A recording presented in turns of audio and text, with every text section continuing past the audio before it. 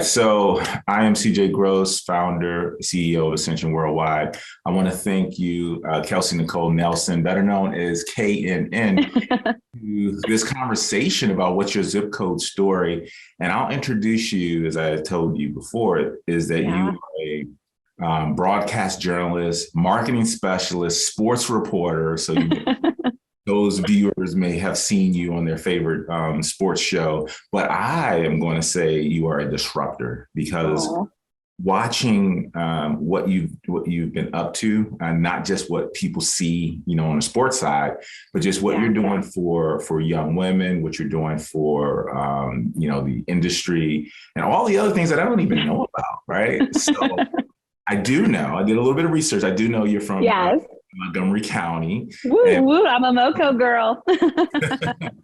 And so you were on a podcast and it was called Creating Your Own Lane. I was like, that describes you perfectly. So welcome to the conversation. For Kelsey, what is your zip code story? How did you grow up, and what is the story behind those 5 numbers in your address, and what was the story? Like, what was happening at the dinner table in your house that made you become one of the most sought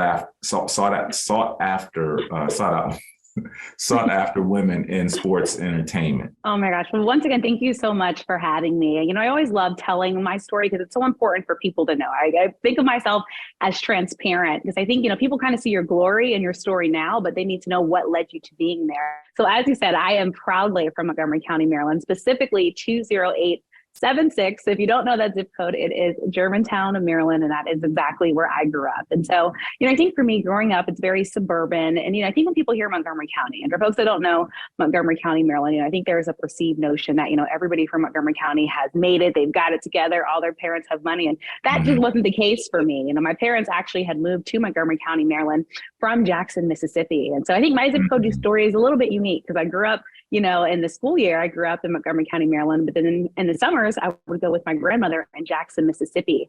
So I feel like I kind of have a dual zip code. So Jackson, story, Mississippi. I'm from Prince George's County, so I know about Montgomery County, but I don't know about Jackson, Mississippi. So what's the difference in those two places? What was the experience like? Yeah, so I think for me, growing up in Montgomery County, I think it was one of those kids, I feel like I was always kind of like smart. I was always that kid that, was smart and motivated. And it's largely because my parents pushed me. Like my parents would not accept anything, but the best. And I think that's kind of why I had that competitive spirit now. And I have that kind of perfectionist spirit, but it's because they knew what I could achieve, but also they knew what I would have to go through to achieve that. So I think, growing up in Montgomery County, I think for me, I was used to being like the one in most of my classes. So meaning I was the one that looked like me in many of my classes growing up.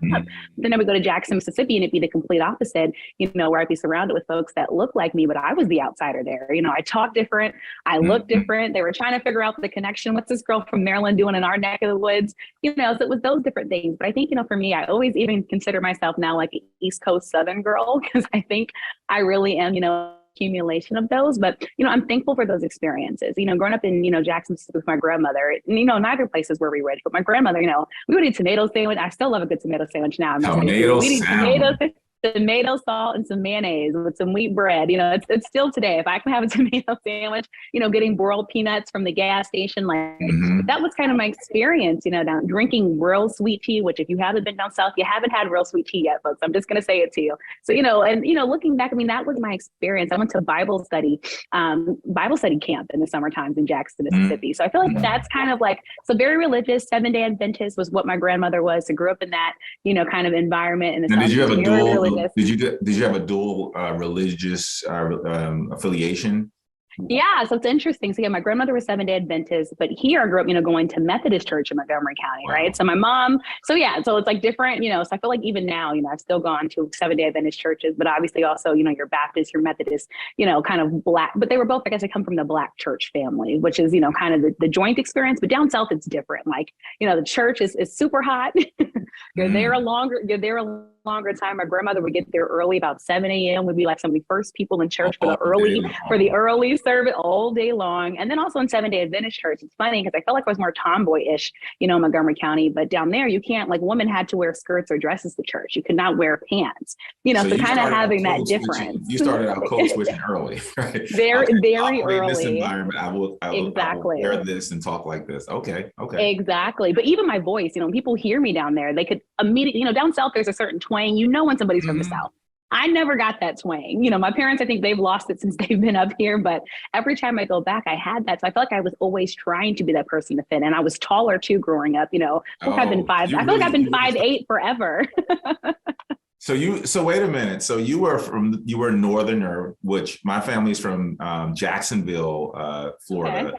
And now they reside mostly in the Brandon, Orlando kind of area. And so they called us northerners, right? Right.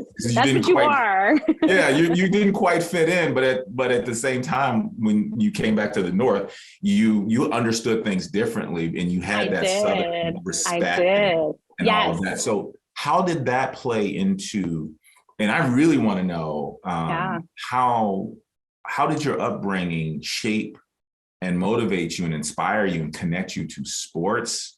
Yeah. And you could love sports, but still not be in your position. You could be a guy, you could be a white, cisgender male and still not get into the door. So how did your upbringing prepare you? What was it like? Yeah. And then, I'm going to ask this, like, how many times did you find yourself in being what we call the only person who looked like you, the only person who talked like you, in your career? So I know that's a lot. So I'm going to sit back and just. No, I love this question. I think for me, what helped to prepare me for sports world, it's kind of what I was mentioning, having to be that outsider, having to have to find a way to fit in. I've always thought I had to do that. And so kind of use that example now. I always tried to have to find my place and my place setting at the table, whether that was going back south or then, I come back up north and they'd be like, you went to Mississippi. Why would you go there? Because I think there's also there's a misaffiliation with Mississippi, I think, with Northerners. They think of it as, like poor and fat people. And it's really unfortunate and sad. I think that's something I've been trying to break.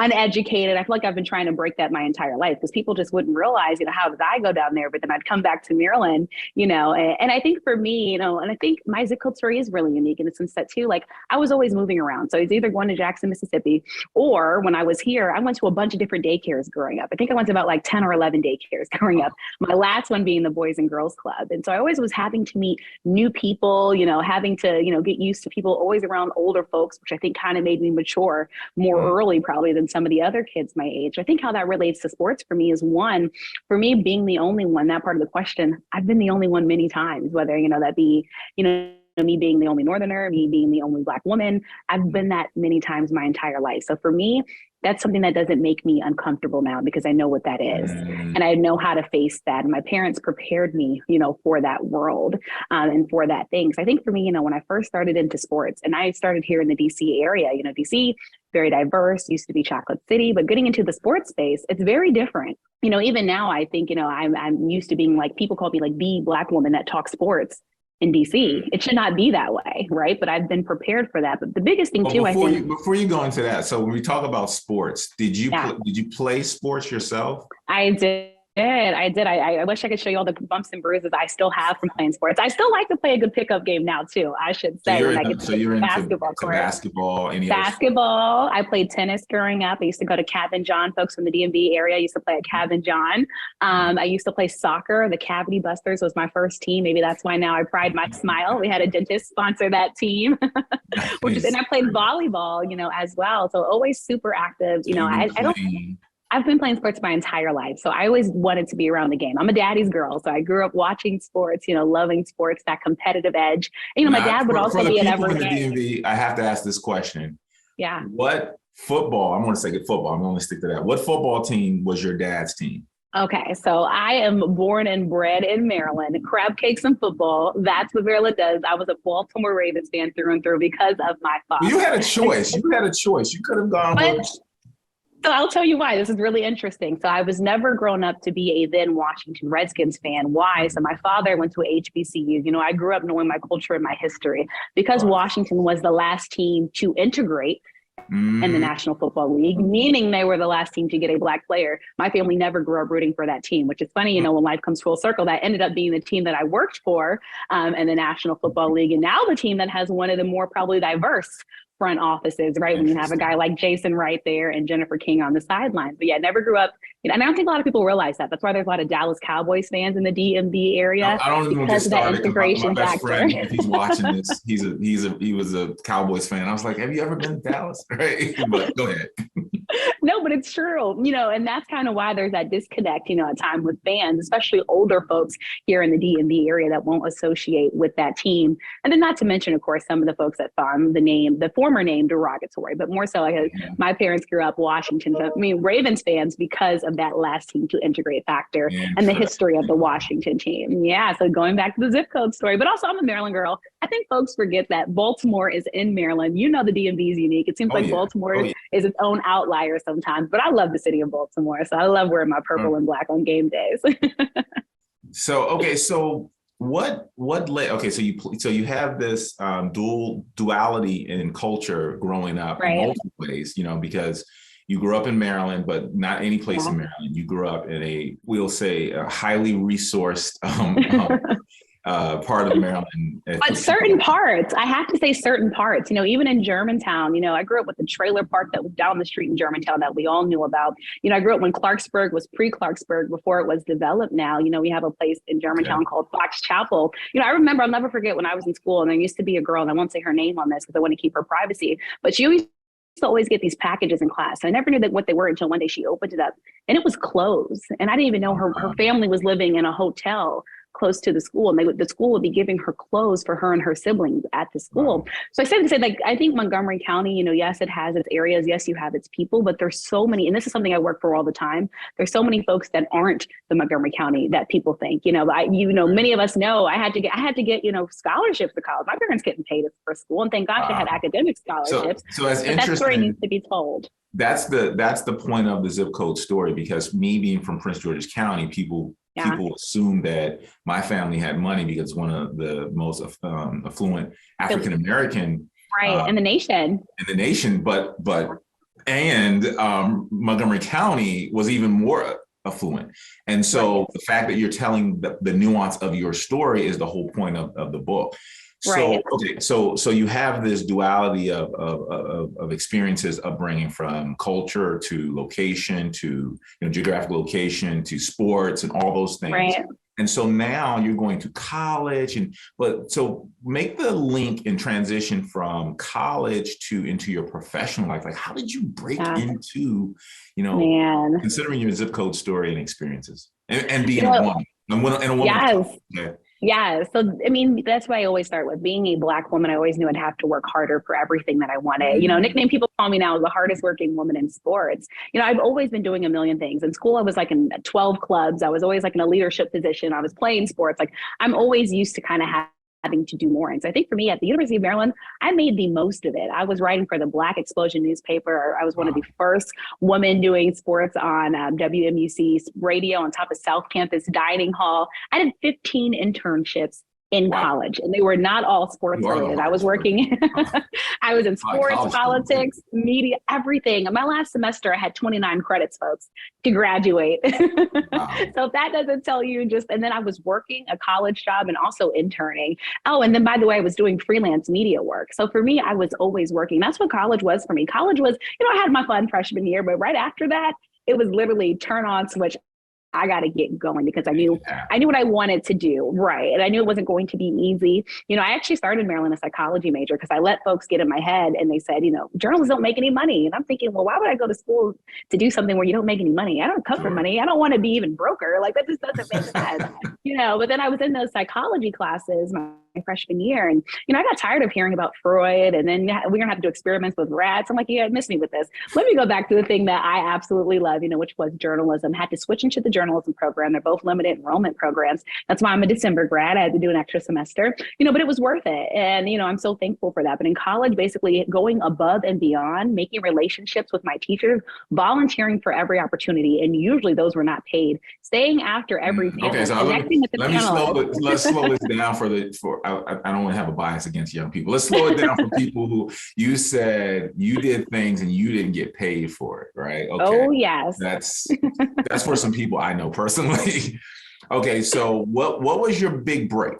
So you're hustling, you're in school, you're doing all these things, you have a lot of credits, you have a lot of experience, but what was your big break that actually allowed you to break into sports broadcasting? I think it was kind of two breaks for me. And I'll tell you what, the first one was when I got an internship with the Minor Football League. And it was my first time interning for a professional sports franchise, right? But I actually had a chance to do on camera work that was going to be seen by folks. So I think it was that one. And then also that kind of transpired into me getting on air opportunity my senior year of college with a show called The Round Ball Report. It actually came on Prince George's County community television, so out in your neck of the woods. And I was actually covering Maryland and then Washington Wizards games for them on local cable access television, which meant all my friends and family could watch me covering games. And they tell a friend and they tell a friend to tell a friend to tell a friend, and more people kind of got to know me and know my brand. I think those two things kind of helped me be seen and heard in the DMV area. So what was your biggest challenge? And we talked about being the only woman, but you said you were comfortable with that. So maybe it wasn't that. But what was the biggest challenge, and how did you overcome that particular challenge? And then after that, I want to shift in some DEI, diversity, equity, inclusion, and belonging. Okay. For people who maybe women or people of color, or maybe from a background doesn't necessarily qualify them to get into a specific field. So. I think for me, the biggest challenge was always being overlooked and undermined. It was always when I was applying to stuff, you don't have enough experience. What do you mean I don't have enough experience? I've done a million internships. I've taken the classes. So basically, I think I had to realize that, in media and journalism, it really isn't just about the work that you've done on paper. It's about the connections that you have and the advocates that you will have to speak up for you. And I didn't realize that early on, right? I'm thinking my resume looks great. And I used to be one of them kids that had like the 4 or 5 page resume because I had so many, different things, not realizing though, again, media might be the one really different field, where it isn't just, all these great accolades you can have on paper, but it's going to be having to make those connections, even sponsorship. But I think people don't realize that, it's a difference between having a sponsor and an advocate than just having a mentor. And I think an advocate and a sponsor go above and beyond, where a mentor will kind of show you the ropes. An advocate and sponsor are going to be speaking for you in rooms that you're not in always, and making sure those opportunities are given. We could have a whole conversation about that. But do you think that how important do you think it is for, and I'm going to specifically say, minority groups, do you feel like, and even in sports, do you feel like that's understood? And maybe these are the questions that we'll ask later. What can people who are in position of power do to make sure that those voices are heard? So talents like yours are brought to the forefront. Yeah, I love this question. I think it's a couple things. I think for one, this is where the mentorship piece comes in. And this is why, even till this day, I'm proud to co-chair the National Association of Black Journalists Sports Task Force Mentorship Committee, because a lot of it is exposure, right? Being exposed to these type of decision makers. How often do you get to meet the heads of media companies or people in leadership, positions? Not often, right? But when you create a pipeline for that, pairing leaders with young people, I think that's when you can make a difference, because it really is access and who knows you. But folks can't get to know you if you don't have that access to them. Now with social media, it can be a little bit easier. You can connect with folks on LinkedIn and things, but there's nothing more important than a real tangible, yes, how me and you connected, but it's something real to have a tangible relationship. Because what happens a lot on social media is someone will say, hi, how are you? You might talk for a little bit at the beginning, but then what happens? It kind of falls off. And then you usually never do that touchback point. That mentorship piece, when you are pairing folks together, maybe creating a year-long program for them to actually, like I mentor, so many people will reach out to me till this day, for mentorship. And it's super important to me. But even sometimes I can't take them all on, or sometimes I might not be the best person for them. So I'll relay them to somebody else that I think might be even better for them, or maybe even in their area, right? So someone that they can have better access to. So I think that's super important, to have. I think for me, when in college, I was connecting with, folks on the top to review my reels, review my resume, give me that critique that decision makers are looking for. That was important to me, right? Because a lot of times when you have your friends and family review stuff, what do they always say to you? Oh, it looks good, baby. You did fine. You did perfect. That's not going to help you make it in media and journalism. I'll never forget, one of the first things, my first NABJ convention, National Association of Black Journalists Convention, I sat down, with the hiring manager. I was so excited to show my reel. I give my reel, they finish, and I've never heard that much critique until this day. I mean, it was like 50 things, that I could do better. And not even just that I was, me speaking to, but also even the look, this is journalism, media, right? That also plays into it. I wasn't thinking about those different things. She said, my voice, I would talk fast, I had too many different looks on camera. My hairstyles were doing, in college, I like to experiment sometimes, but she was giving me good critique that I needed, in this industry. But I think, if I had that earlier on, I didn't get this till grad school. Think if I had got that my freshman year, right, of college, or think if I had been connected with her earlier on, by the time I graduated, I probably would have had a better chance at getting a job. Because what happened for me, my senior year of college, I was applying to jobs and I was getting a bunch of rejection letters. Still to this day, I keep an email folder of all the no's I've ever gotten. And, the few yeses were in the middle of nowhere places that, I didn't even have a car. I was like, how am I going to get there? Like, how is this going to be possible? So I think I wasn't in the best position. And so that's why I think that mentorship piece is so important. Someone to really guide you and show you the ropes of what it's going to take to make it in the industry and connect you with decision makers early on in the process. Awesome. I totally agree with you. I have a whole chapter in my book about mentorship. So let's shift gears a little bit. And so what are some of the sports teams and broadcasting industry doing for diversity and for inclusion? Big one is equity and creating a sense of belonging because in our, I work mostly with corporations, and the challenge is, okay, how do we get people who are diverse in the door? Right. Specifically minorities, people of color, women. And then how do we move them along throughout the organization? And you said sponsorship, mentorship. So what are they actually doing? And, to be honest, let's highlight some of the organizations that are doing it really well. We won't name the ones, but what are they doing and who's doing it really well? One of the ones I always love to share because it's from my personal experience is NASCAR. I know going back to what we say, the perceived notions of NASCAR and the bad flack that they get, one of the best programs I did until this day, it's something that stands out uniquely on my resume. I moved to Charlotte for a summer and worked and interned for NASCAR. And that's something, me being a Black woman having NASCAR on my resume, believe me, it made people give me a second, third, fourth, fifth look sometimes because they were trying to put the pieces together. Wait, you worked for NASCAR? And, growing up in the DMV, many of us aren't exposed to that, right? Like you have to go out to Richmond to kind of get, the closest glimpse of NASCAR in this area of Delaware. But, my family wasn't growing up NASCAR fans, but NASCAR had a NASCAR diversity internship program, which basically got people from, marginalized communities together in the sport, put us actually in the actual internship offices, in the fields that we wanted to be in. So for me, I was working in the integrated marketing communications office. So basically my job was I was booking drivers on, AM radio stations, FM radio stations, on TV shows, kind of the media relations side of it. And I was booking them on unconventional radio shows like country music stations, rock stations, hip hop stations, what we could get them on to expose them. But the Drive for Diversity program was great too, because when I was in it, this was actually when Bubba Wallace was first starting. So I remember when he was in the Drive for Diversity program that NASCAR also has to get diverse drivers in, women drivers in. And so I think I highlight them. You see companies doing this, and I think it's important. And I think they were doing it before it kind of became a hip thing to do. I think what we're seeing now is a lot of companies react to things happening in society. And then all of a sudden they're thinking, hey, why don't we do something for diversity? I think if you really want diversity, it needs to be genuine. And it needs to be rooted in experience and education wise. I think it needs to be rooted in that. Yeah, absolutely. And so why? Because when a lot of people think of NASCAR, they might not think of an African-American young woman. And they've been able to break through that with other drivers and media professionals. So why was it important for them to even look in that way, in that direction, and to focus on diversity? Yeah, and I think it's just not NASCAR, but all companies. If you are going to grow as a sport, if you're going to be a reflection of society, you need all voices, at the table and coming forward. Because what was happening with NASCAR was their talent pool all looked the same.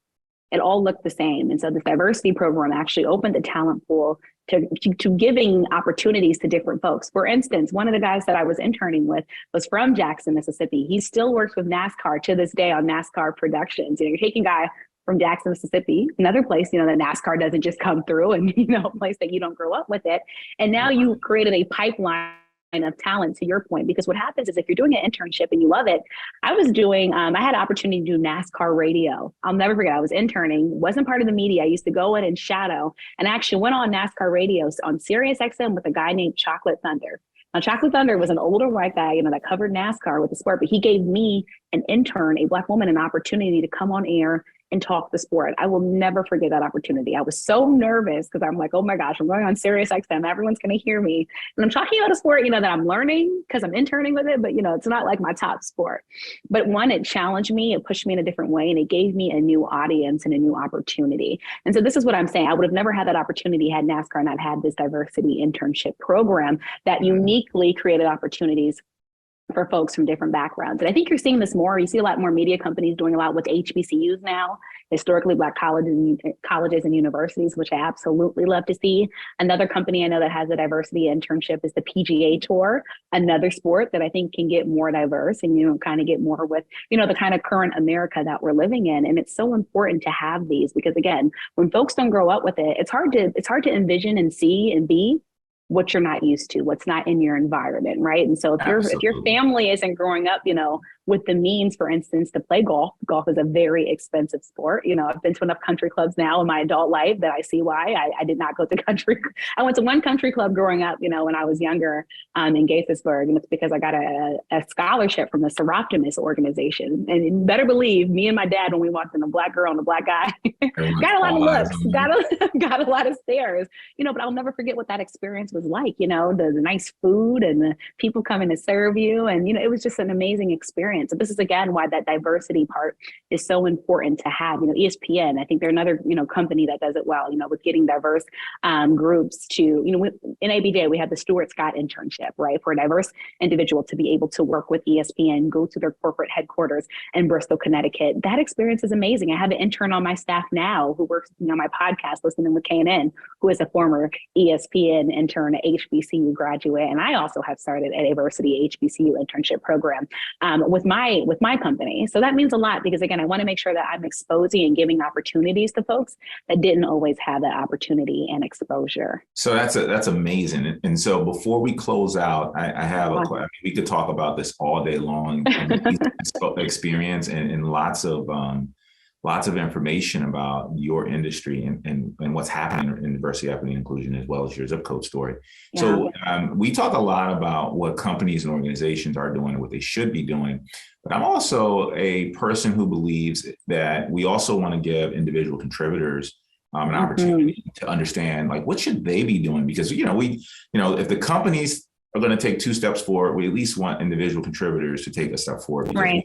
What I heard a lot in what you said was social capital, right? There's someone that gave you information. You have parents, you have, so although you didn't grow up rich, but there was some social capital that you had. And then you went out and started to get your own social capital, mentorship, all those things. So what can individuals do, especially if they feel like, okay, hey, I think this organization, there's systems in place that we will call racism are holding me back. But there are people like you, and throughout history, there have been people of color and women and, different backgrounds who have made it. So what would you recommend? Like, what are the top 3 things that individuals can do? I think, the first thing is don't always wait for a seat at the table to be offered. For instance, when I started my podcast, it was because a seat wasn't being offered. So I decided to build my own table. Sometimes you have to do that. And I think, we live in a world now. Sorry, we got to go back. Say that again. Build your own tables, folks. Don't always wait for that seat to be offered. Because matter of fact, if you're waiting for that seat to be offered, it's probably not the right seat for you. So I think that's super important.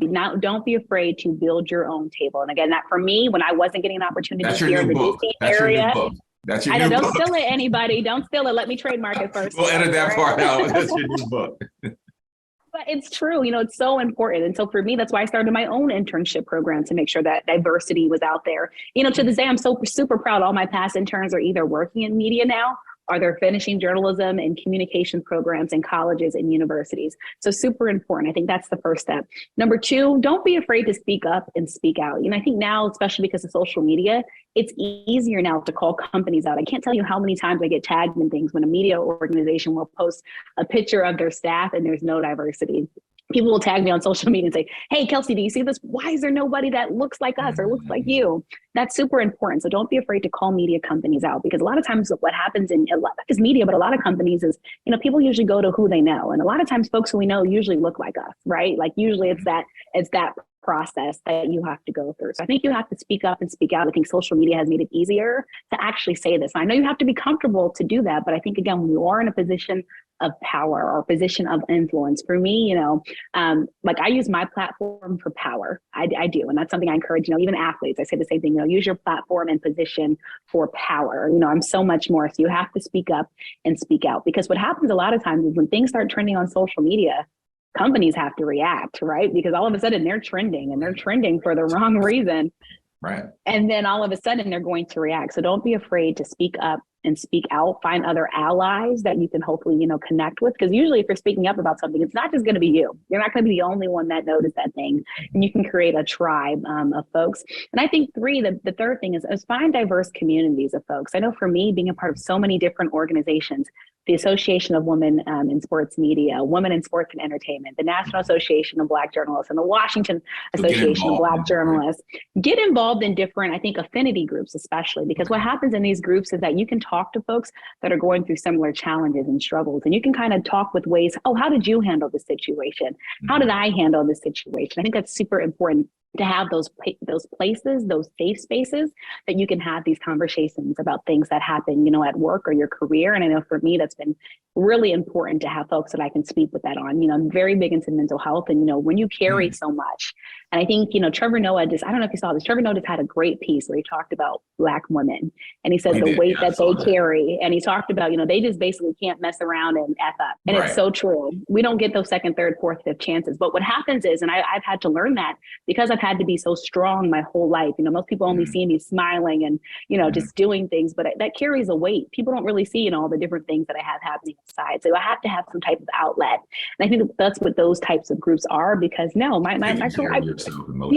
career, I never planned to be a freelancer and working for these different companies. I never planned to start my own company. But little did I know the different challenges and trials and tribulations that I would have to face into achieving my dream. And that's kind of how I fell here. Love what I do, but this was not the initial plan. But it's because, again, of what I went through in life, with my own story.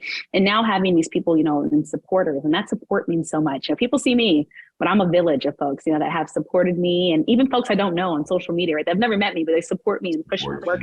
It means so much. And so I think having those safe spaces and affinity groups are super important because of the weight that we all carry in our careers and our lives and everything else, that goes on that boggles us. So those would be my three biggest things. Wow. What an amazing close. What an amazing close. I have one more question before you tell people how to find you on social media. Okay. Who I've now seen you've been on, all the big sports shows, and who are you most excited? I won't say nervous, but who are you most excited to meet or have met? And you're like, this person was really awesome, or you've just seen this person, always wanted to work with them, and you got to work with them. Yeah. This is the easy one for me. It's definitely Oprah Winfrey. A couple of reasons why. One, she's a Mississippi girl, so she has the Mississippi roots like me. She worked in Baltimore. She touched I think what she did, and so my line name, part of Alpha Kappa Alpha Sorority Incorporated, is actually OWN. And I grew up getting the initials KNN because people always said I'm my own news network. Like, you go to Kelsey if you need any information. Kelsey's always going to have the information, and that's kind of how my nickname kind of stuck with folks. But what Oprah did as a Black woman, and the way she was able to galvanize folks with her talk show for so long, and now to have her own network. I mean, I think I would literally sit in shock in front of her and just be in awe because of what she's accomplished and continues to accomplish. So she would definitely, there's nobody that's really made me like crazy, but I think meeting Oprah, someone that I've idolized for so long. I remember rushing home, from school and going to watch Oprah with my mom in the living room, and just, seeing how when she would tell a crowd to make noise, they'd make noise and she'd come out, but then she could also get them quiet. Right. Like that power that she's had is amazing. And what she's been able to do with books, magazines. I mean, what has Oprah not done? I think someone of her magnitude would definitely be the person that I'd be most excited and in awe to meet. All right. I want to be the sports Oprah. What's that? That's the goal. I want to be the sports Oprah. So that's the sports goal. Oprah. There it is. You got so many books and stuff going on.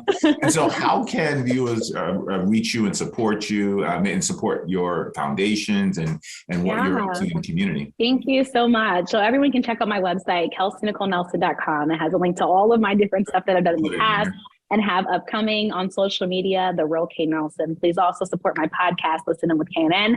You can listen anywhere you get your favorite podcast, or visit listeninwithknn.com. And then also my education initiative, Books Breaking Borders, books to end educational bankruptcy. It's booksbreakingborders.com. Would also love folks' support as we work to end illiteracy rates between our Black and brown children, folks, and get our babies graduating, not just being pushed through these school systems. So I truly, truly hope to have everyone's support. Facebook, LinkedIn, Kelsey Nicole Nelson.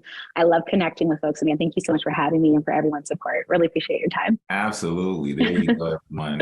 Kelsey Nicole Nelson, thank you so much for Thank you. all this wonderful information.